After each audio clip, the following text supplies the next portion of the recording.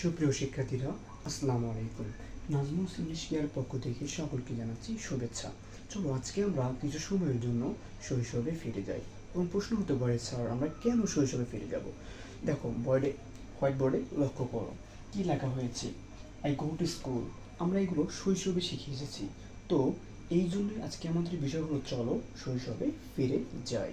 এখন আমরা ছোট্টবেলায় যে জিনিসগুলো শিখেছি এটি আসলে সঠিক কিনা চলো সেটি যাচাই করে ফেলি। দেখো, প্রথমে লেখা আছে আই গো টু স্কুল, এটি একটি সঠিক sentence. I go to market, এটি একটি সঠিক সেন্টেন্স। এখন লাস্ট পর্যায়ে আরেকটা হচ্ছে আই গো টু হোম এবং আই গো হোম, এই দুইটার মধ্যে আসলে কোনটা সঠিক চলো যাচাই করি। আই গো টু হোম, তো হোমটা হচ্ছে আমাদের একটি স্থানীয় আবাসভূমি যেখানে আমরা দীর্ঘ সময় অবস্থান করি। আর আগে দুইটা স্কুল এবং মার্কেট, এটা হচ্ছে একটা অস্থায়ী জায়গা যেখানে আমরা কিছু সময়ের জন্য যাই, আমাদের প্রয়োজনে যাই। তো এই দুইটার ক্ষেত্রে প্রিপোজিশন টু ঠিক আছে, অর্থাৎ অস্থায়ী জায়গার ক্ষেত্রে আমরা প্রিপোজিশন টু ব্যবহার করতে পারি। এবং এই জায়গায় আছে হচ্ছে হোম, তো হোমটা হচ্ছে আমাদের স্থানীয় আবাসভূমি। তো এই ক্ষেত্রে মনে রাখতে হবে প্রিপোজিশন টু হয় না।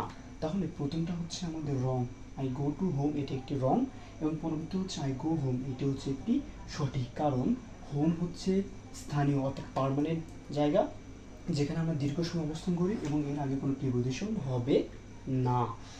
আশা করছি বিষয়টি সকলে বুঝতে পেরেছে। সকলকে অসংখ্য ধন্যবাদ।